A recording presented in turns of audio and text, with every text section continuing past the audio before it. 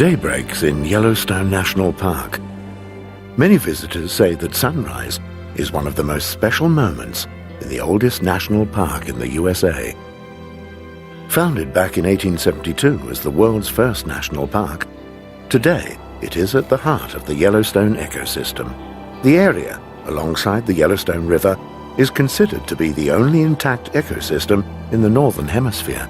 In its center is the national park, just under 9,000 square kilometers. The Yellowstone National Park is one of those locations in the world in which the flora and fauna has been forced to adapt to a habitat created by thermal activity.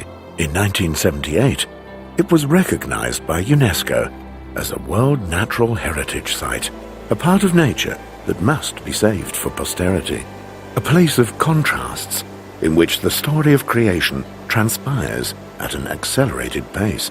Early morning is the time span in which nature slowly awakes and streams and rivers steam in the early morning light.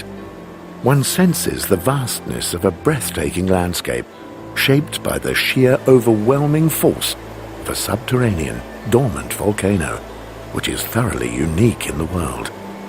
Nowhere else is the story of Earth's creation so perceptible.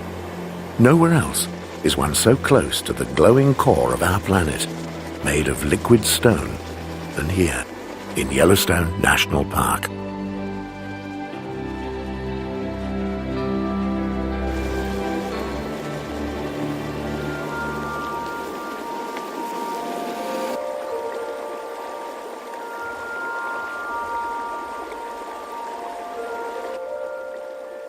Small springs grow into rivers in the plains of the park.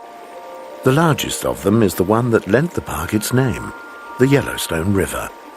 It's the longest free-flowing river in the USA and extends 1,080 kilometers from Yellowstone National Park to Missouri.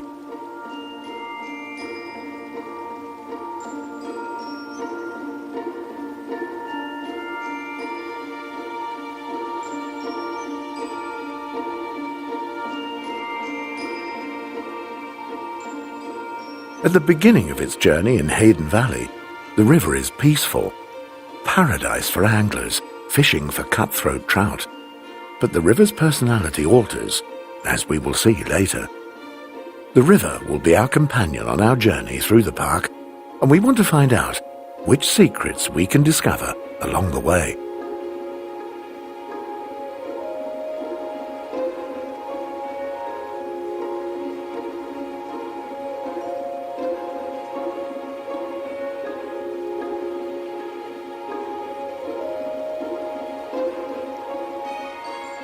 The fields and meadows bordering the banks of the peaceful section of the Yellowstone River are an ideal habitat for Canadian wild geese.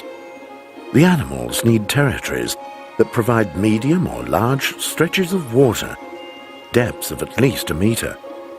A further prerequisite for the establishment of a breeding ground is an area immediately adjacent to the water on which the geese can pasture.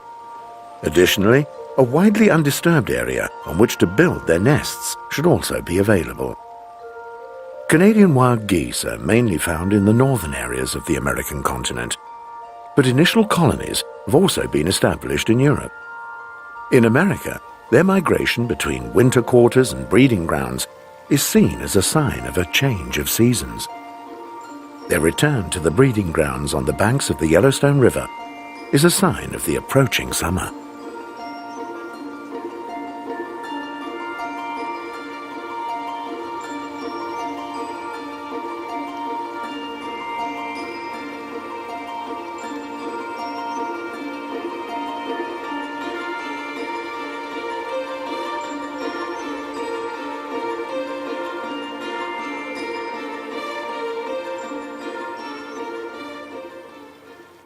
On our journey along the course of the Yellowstone River, we arrive in Hayden Valley. Here we continually encounter hot springs. They characterize the image of the canyon through which the Yellowstone River flows first on its way through the national park.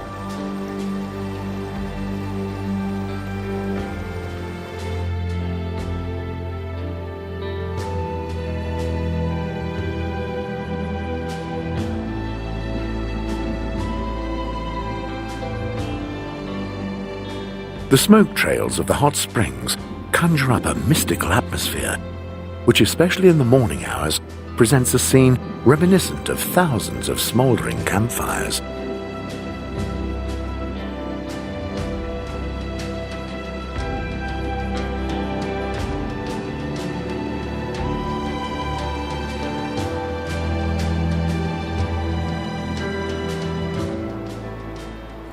The Yellowstone River branches out continually.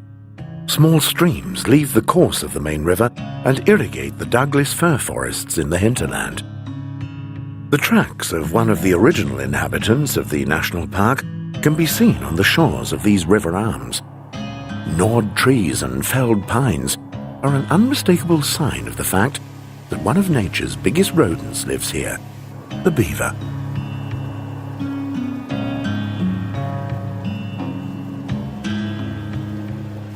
And then, suddenly, there he is, perfectly disguised in the backlight. He can hardly be distinguished from the dark color of the river. The animal moves smoothly through the water. One can just about sense a slight sound, as if someone had carefully dipped a paddle into the water. On average, the North American beaver grows to a total length of 1 meter, weighs somewhere between 17 and 32 kilograms, and lives for around 10 to 12 years. The beaver is 100% herbivore. He prefers herbs, shrubs, aquatic plants, and deciduous trees. He consumes the branches, branch bark, and leaves from the trees he fells.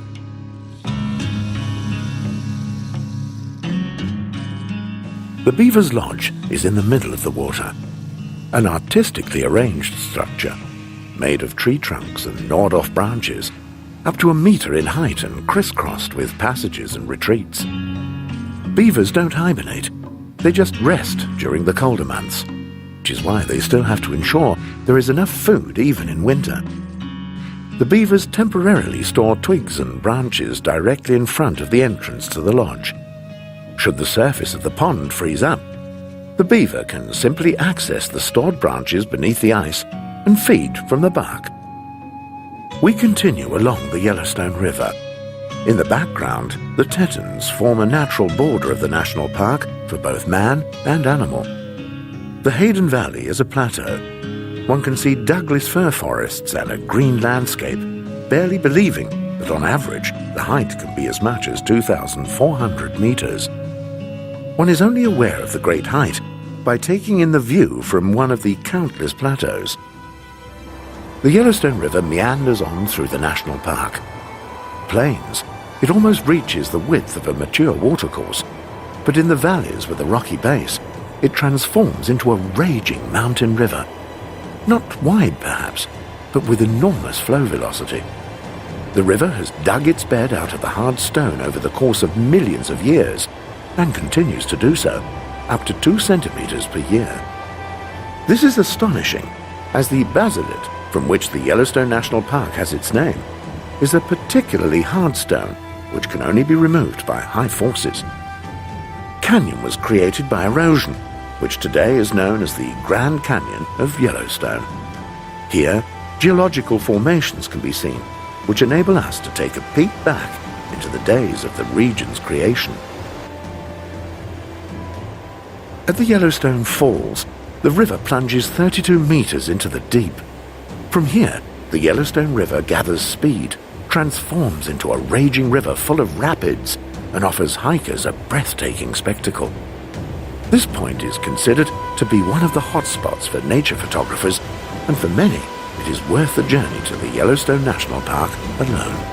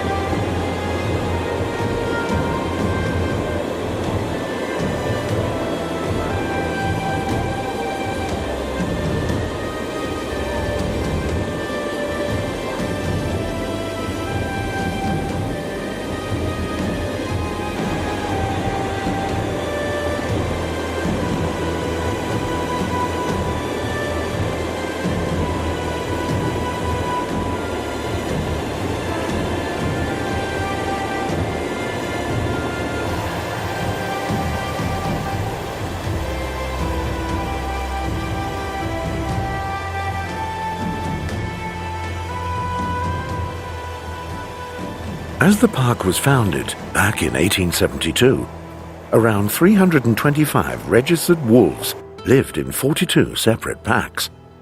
Even the most stringent safeguards could not prevent wolves from being eradicated in 1978. Research in the 1950s, however, demonstrated early on that the wolf played an important role in the balance of Yellowstone. Most scientists believed that the wolves would not significantly reduce the mule deer, fork goats, bighorn sheep, white-tailed deer or bison populations. They had a subordinated influence on grizzly bears and mountain lions. However, their presence would actually lead to a decrease of coyotes and a proliferation of red foxes.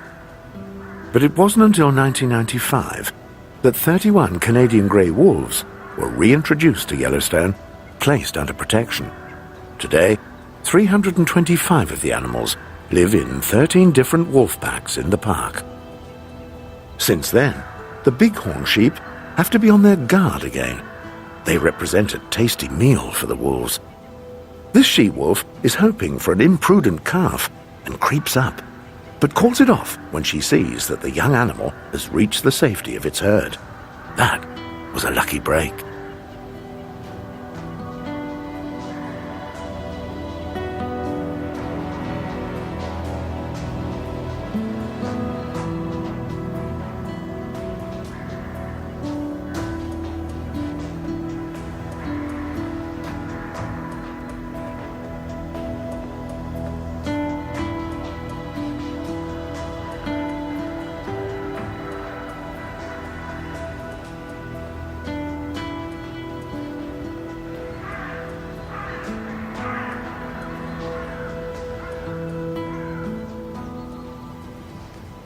For the first discoverers of the Yellowstone region, the canyon area was one of the most outstanding, which led to fantastic portrayals in the magazines of the period. As a participant in 2 Yellowstone expeditions, Thomas Moran painted several now famous pictures of the canyon. The publicity generated by these pictures was partly responsible for the creation of the national park. The current canyon goes back to the end of the last glaciation, 14,000 years ago. Meltwater connected with the last glacier dug out of the V-shaped valley as we now know it. The erosion of the solidified volcanic rock, caused by hot springs and volcanic activity, continues to this day. The colors in the canyon are the result of the hydrothermal aging of ferrous components in the rhyolite. Due to the effects of the elements on the stone, a color change took place through oxidation. Colors indicate the presence or absence of water in the individual ferrous components. Most of the yellow in the canyon comes from iron and sulfur in the rocks. The Yellowstone River flows through the low falls into the canyon. The waterfall itself is probably the most spectacular of its kind in the entire national park. With a drop of 94 meters, it's the park's tallest waterfall and almost double the height of the Niagara Falls.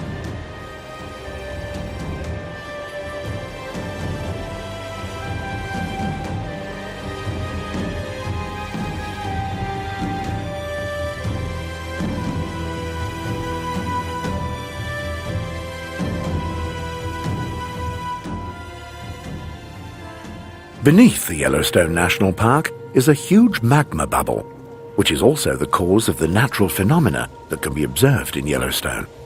The area has the highest density of geysers and mud pools in the world, even surpassing Iceland.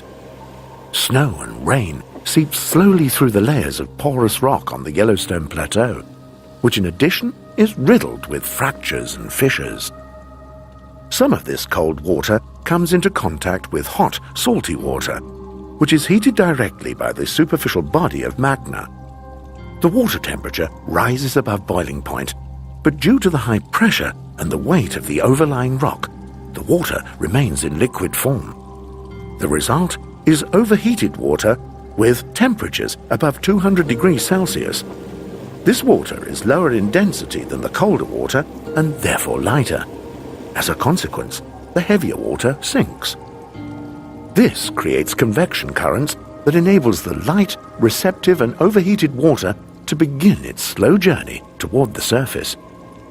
In doing so, it follows the cracks, gaps and weaker areas of the rhyolite lava flow. During the hot water's journey through this rock, the high temperatures cause silicates to detach from the rhyolite and seal the system. A pipeline system is the result, one that can withstand the higher pressures. This is how a geyser is formed.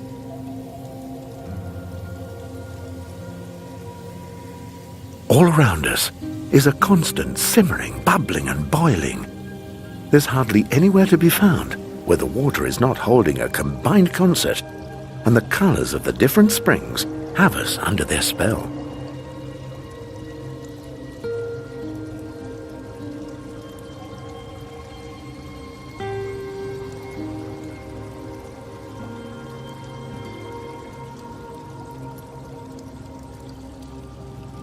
One of the main attractions of the park is without doubt Grand Prismatic Spring.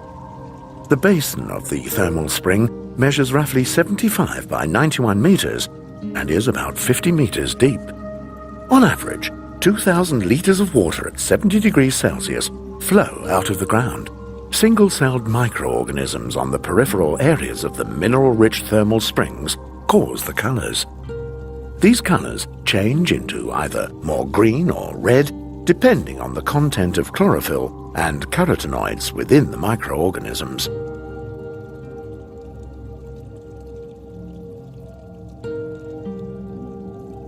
The water temperature determines the color. In summer, the biofilm made of these microorganisms tends to be more orange and red, while in winter, dark green is more likely to be the case.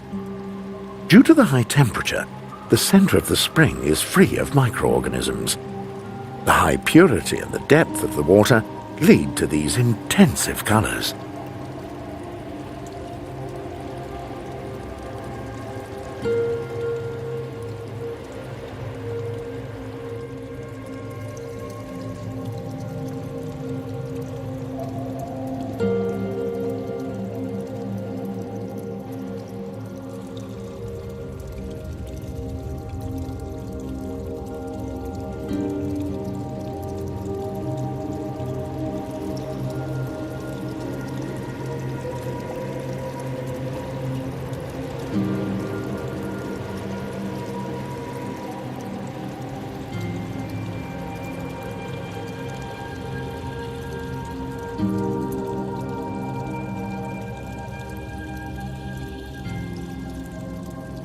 Seen from the air, the Grand Prismatic Spring resembles an eye and is doubtless one of the most impressive images of the Yellowstone National Park.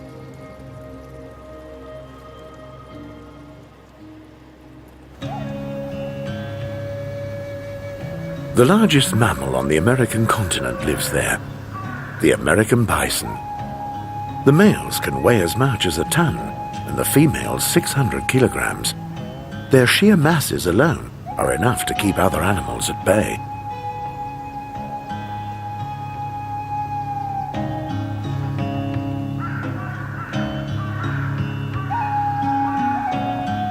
But despite its enormous weight, a bison can manage top speeds of up to 50 kilometers per hour and is a good swimmer.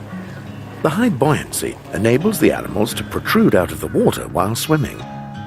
Its fur is a contributing factor. An adult has as many as 20,000 hairs per square centimeter. The greasy fur does not get wet, and therefore provides buoyancy.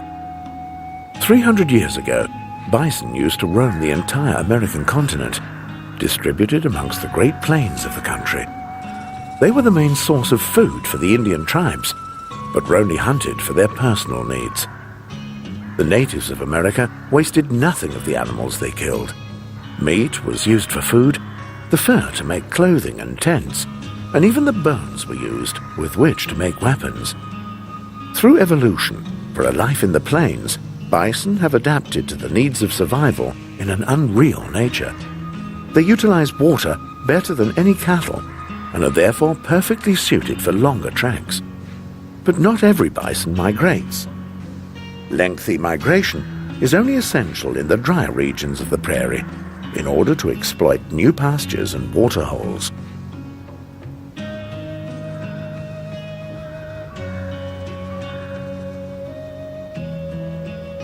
To do this, outside of the mating season and in the days before the conquest of the American continent by the Europeans, the individual herds joined together, making up large migratory herds. The herds could consist of thousands of animals whose dust plumes could be seen from miles away. The migrations led the herds over several hundreds of kilometers before they separated to return to their original small groups. Today, these migrations seldom occur, apart from in Alberta, where twice a year a major bison migration of some 250 kilometers takes place. These migrations determined the rhythm of life in the days of the Indians.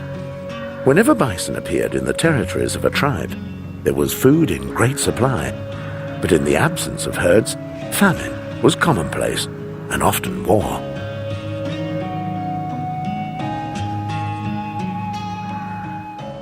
We are now in the Upper Giza Basin of the National Park. This is the region of Yellowstone that features the highest concentration of geothermal objects in the park. It is located at the edge of the caldera, the collapsed basin-shaped crater floor of the dormant volcano, and covers roughly 2.5 kilometers. Geothermal objects are geysers, mud pools, and craters from which ground heat or hot water is emitted. Around a quarter of all the geysers in the world can be found in the Upper Giza Basin of the Yellowstone National Park. This enormous number of geysers arose here because glacial deposits from the last ice age, so-called moraines, formed reservoirs beneath the basin in which water could be stored. The water flows through erosion channels, like for example the Firehole River, into the basin. Once there, it boils, whereby the steam causes excessive pressure, and the accumulated water is explosively forced into the open.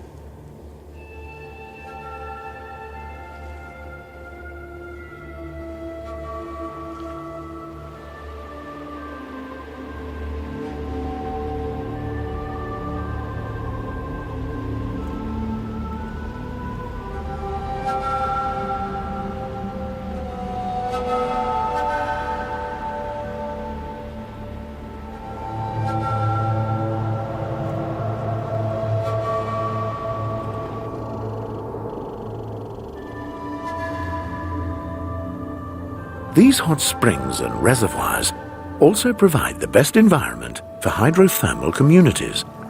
It may sound like rocket science, but it is in fact very simple. Single-celled organisms thrive in the hot water and have adapted optimally to the hot environment. They utilize the heat in order to transform food into energy. In doing so, bizarre shapes of different colors are formed. Plants also make use of this environment in order to survive here. It is amazing just how differently the individual species manage to cope with these inhospitable conditions, tolerate heat and humidity, and use them to their advantage.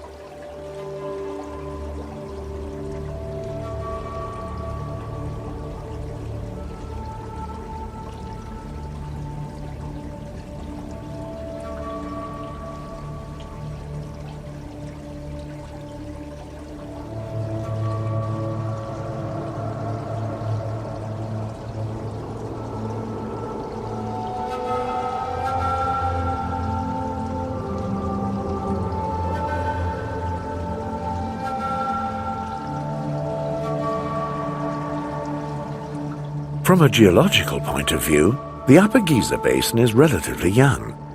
It was created by the third major lava eruption of the Yellowstone volcano caldera. This explosion caused the lava from inside the earth to flow and formed, like stiff putty, the hills and indeed the landscape of the Upper Giza Basin.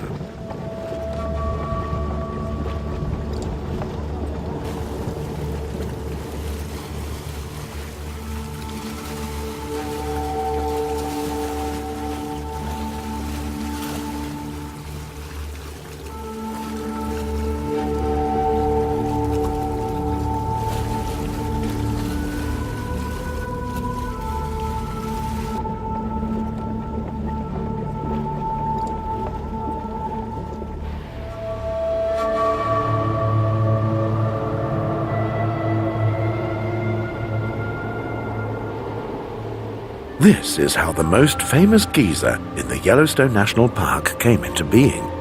The Old Faithful. Time and again, visitors are always amazed to see the gigantic water jets, which the geyser regularly shoots into the air every 65 to 90 minutes. Its eruption behavior is independent of the other geysers in the area, as there is no direct connection between them. Old Faithful belongs to the nozzle-like geysers, which have a narrow water jet. The water flows from a reservoir consisting of 2 chambers, then shoots through a channel that has a diameter similar to that of a fireman's hose. The water column reaches heights of between 30 and 55 meters. An eruption can last anything between 1.5 and 2 minutes, each time ejecting 14 to 32,000 liters of water.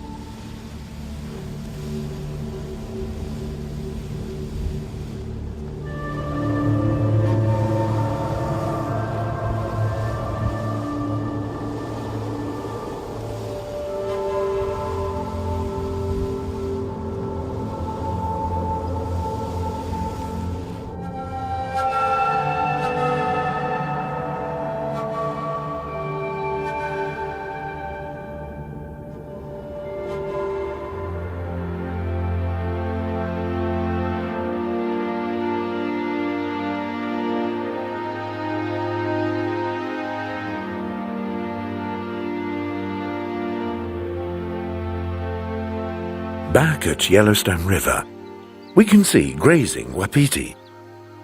These species are known mostly in North America as elk. The term wapiti, when translated, means white rump and comes from the Shawnee Indians who lived in the Great Lakes area around 1500 and who presumably migrated south from there through the Yellowstone. A wapiti can have a shoulder height of 75 centimeters up to 1 meter 50 and weigh anywhere between 230 and 450 kilograms. The males are mostly twice as heavy as the females. The animal's antlers are ordinarily 1 to 1.5 meters wide, measured from tip to tip. Wapiti are known for their loud, trumpet-like calls during the rutting season. This is the only time the bulls join the females and claim herds for themselves.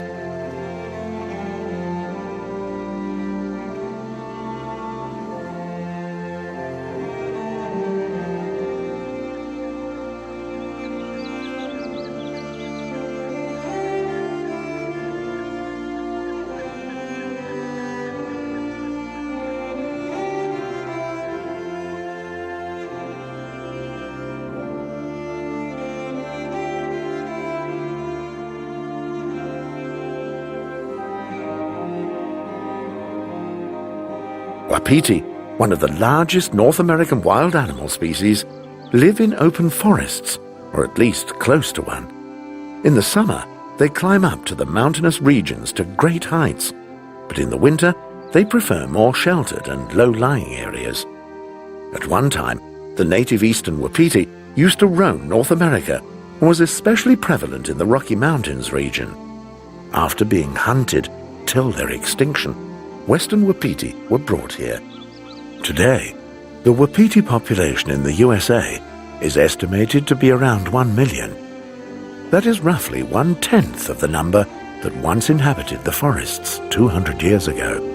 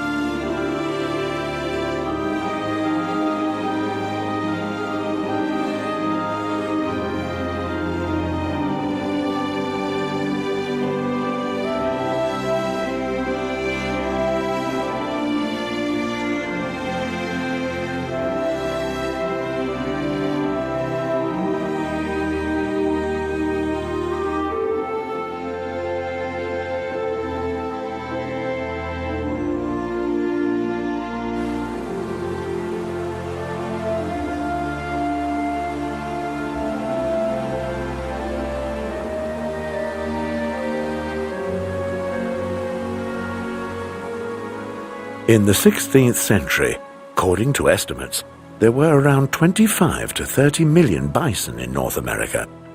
At the end of the 19th century, there were less than 100 animals left.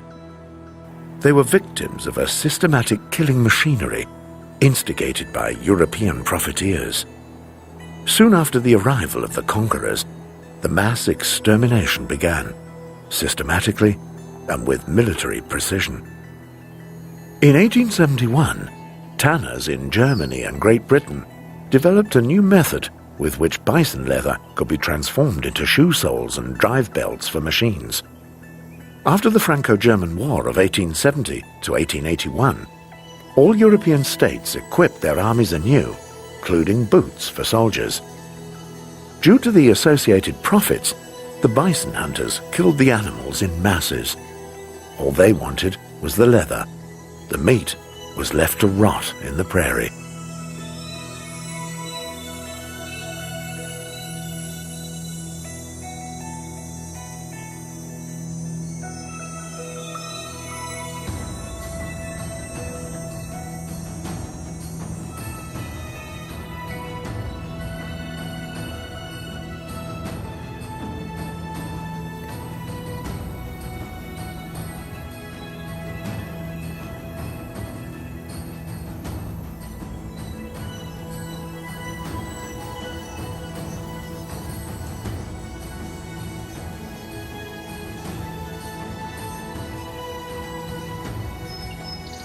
The development of the country with railway lines played a further tragic role. During their construction, bison were killed in huge numbers as a food source for the railway workers. After the Central Pacific Railroad was opened, it became a people's sport to shoot the animals from the moving train. Thus, one single bison hunter could kill as many as 50 to 100 animals in one day. One of the most famous, or rather notorious of these, was William F. Cody, who soon became Buffalo Bill. He is said to have killed 60 bison on one day with his rifle. From 1872 to 1874, more than 1 million bison, buffalo hides, were shipped eastwards. Due to the railway tracks, the bison were divided into a north and a south herd. The south herd was exterminated first. Then it was the north herd's turn. Only the northwest, with its defenders, the Lakota and Cheyenne, were initially able to keep even larger bison herds.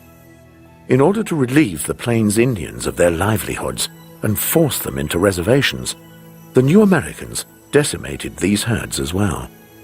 They killed the remaining 10,000 animals by placing marksmen at waterholes.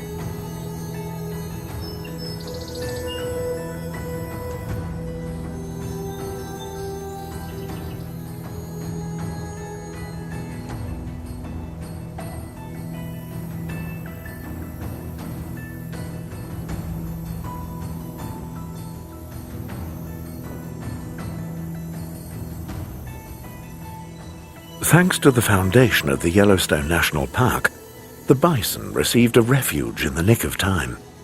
In 1894, there were just 800 of the animals in the whole of America, 200 of which were in Yellowstone, as the last free-living bison in the United States. Their numbers fell as low as just 23 in 1902. Today, their stocks have risen to around 5,000 animals. The preservation of the bison from extinction is seen as one of the greatest achievements of American nature conservation.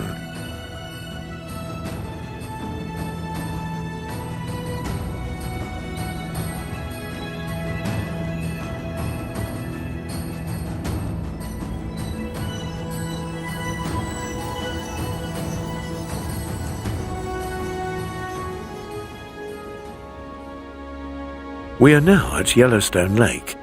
The lake itself is a regulative for the Yellowstone River, as the river practically flows through it. Yellowstone Lake is 2,376 meters above sea level, and by a length and breadth of 32 by 22 kilometers respectively, it is North America's largest mountain lake. Its average depth is some 43 meters, with a maximum of 122 meters. In recent years, the bottom of the lake has risen significantly, on average roughly 2.5 centimeters annually. This indicates increasing geological activity. Geologists interpret this as a sign of an impending explosion of the Yellowstone volcano. As a result, sections of the park were closed for tourists. We leave Yellowstone Lake behind and continue our journey along the banks of the river. And then, at last, we see them. Black bears, initially just one hunting along the shore. Salmon trout are not just a delicacy in the eyes of the numerous anglers here, but also welcome prey for Mr. Bruin. He takes his time, wading knee-deep through the water, but today he seems out of luck.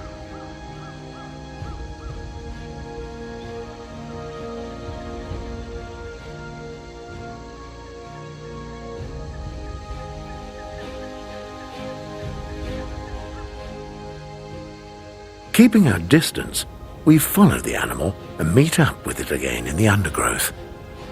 Somewhat disgruntled, the bear wanders around between the trees and sniffs distrustfully in our direction. Fortunately, he calms down, although he sometimes comes quite close to our camera. An American black bear's build is exactly as we perceive bears to look. The rump is huge, the extremities strong. Their paws have 5 strong claws, which the bears use to tear, dig, and climb. Like all bears, the tail is a short stump. Their large head is characterized by a long, hairless snout, small eyes, and round, erect ears.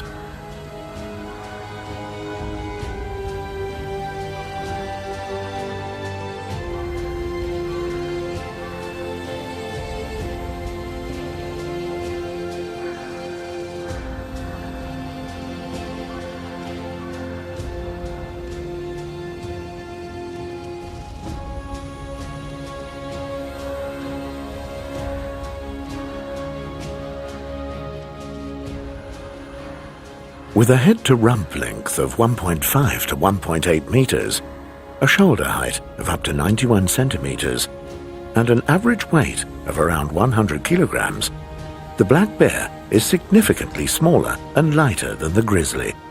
However, there is a marked difference in weight between the sexes, where females weigh somewhere between 40 and 230 kilograms, the males, with 50 to 400, are considerably heavier.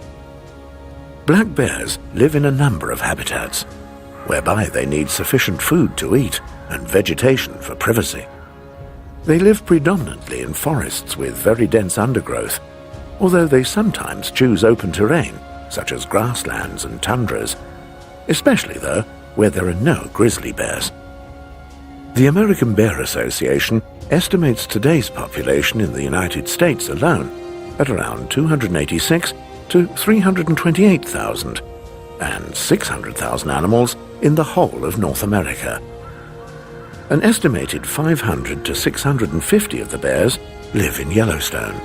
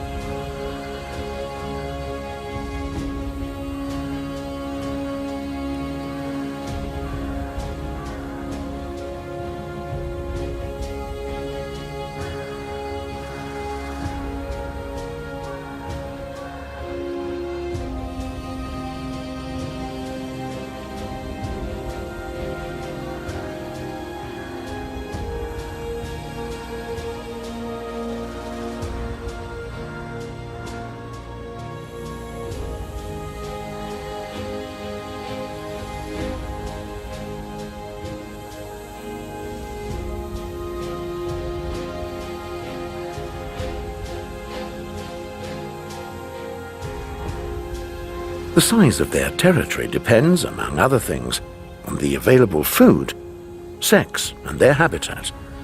A female's territory is generally smaller. The territories in Washington state are between 200 and 500 hectares, while in other parts of the United States they can be anything from 10, 20, 2,000 or even 4,000 hectares. In northern Canada, they can even be 100,000 hectares in size. These territories can also overlap, especially those of a male with several females, yet still the animals do not socialize, apart from in the mating season. In unspoiled areas, black bears often go on prolonged walks.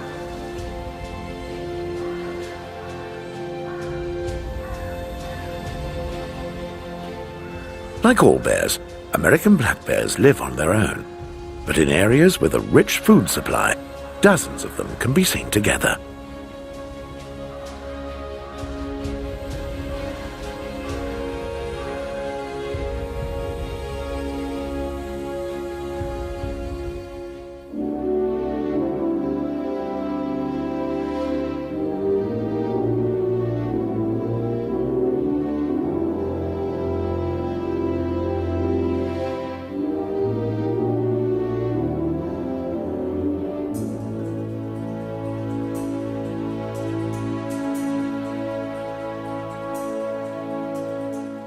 We are now in one of the 5 basic regions of the Yellowstone National Park. Alongside the Giza Basin, Mammoth Hot Spring is probably the most spectacular region of the park, as here is a phenomenon similar to that of Pamukkale in Turkey, only bigger. The travertine terraces, which form reminiscent of the icing on a cake and create their own unique landscape architecture. Water flows down from the surrounding slopes, is warmed by volcanic activity, and swells to the surface at Mammoth Hot Springs. In doing so, sulfurous gases escape, causing a smell similar to rotten eggs. The travertine, or sinter terraces, and the springs at Mammoth Hot Springs were officially discovered during a geological expedition in 1871, led by Ferdinand V. Hayden. In the same year, the gold prospector James C. McCartney gave the springs their name. But before Hayden came across them, it is presumed that some Indian tribes were aware of them. In Mammoth Hot Springs, water heated by the springs to 70 degrees Celsius glides over the terraces. It contains exceptionally high proportions of lime and minerals, which escape from the source and are deposited in the shape of terraces.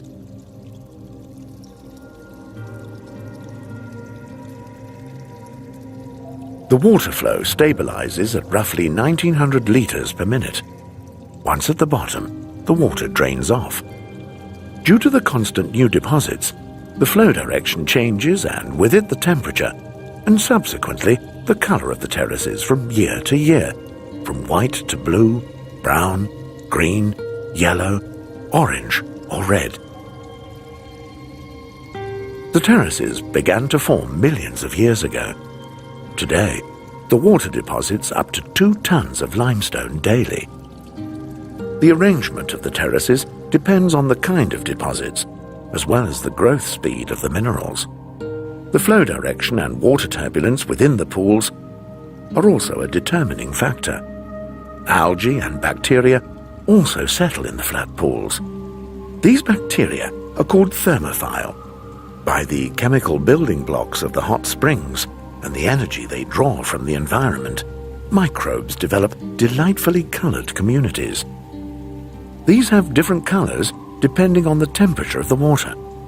Larger life forms also live with these microscopic entities, which have adapted to life in such extreme conditions, such as mites, flies, spiders, and plants. They all form a habitat that still puzzles researchers to this day. However, one piece of the puzzle has been solved, and its discovery was revolutionary. Some of these microbes are similar to the first life forms capable of photosynthesis. They use the sunlight to transform water and carbon dioxide into oxygen, sugar, and other byproducts. These life forms so-called cyanobacteria, began to create an atmosphere that ultimately supported human life. Cyanobacteria have been found in some of the colourful mats and bands of the hot springs in Yellowstone. And thus, the circle closes, one that comes very close to the history of the creation of the Earth and mankind. One simply has to take the time to experience it.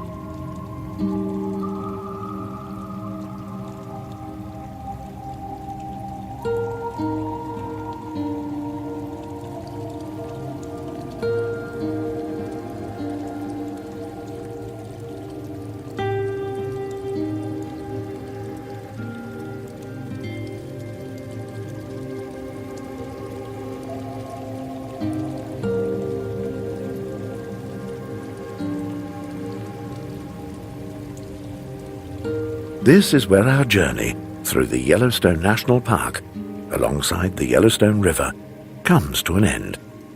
We were able to discover a fascinating world full of wonder and secrets, and now return to our point of departure. It's morning once more, and a mystical fog has spread over Yellowstone like a huge gossamer tablecloth.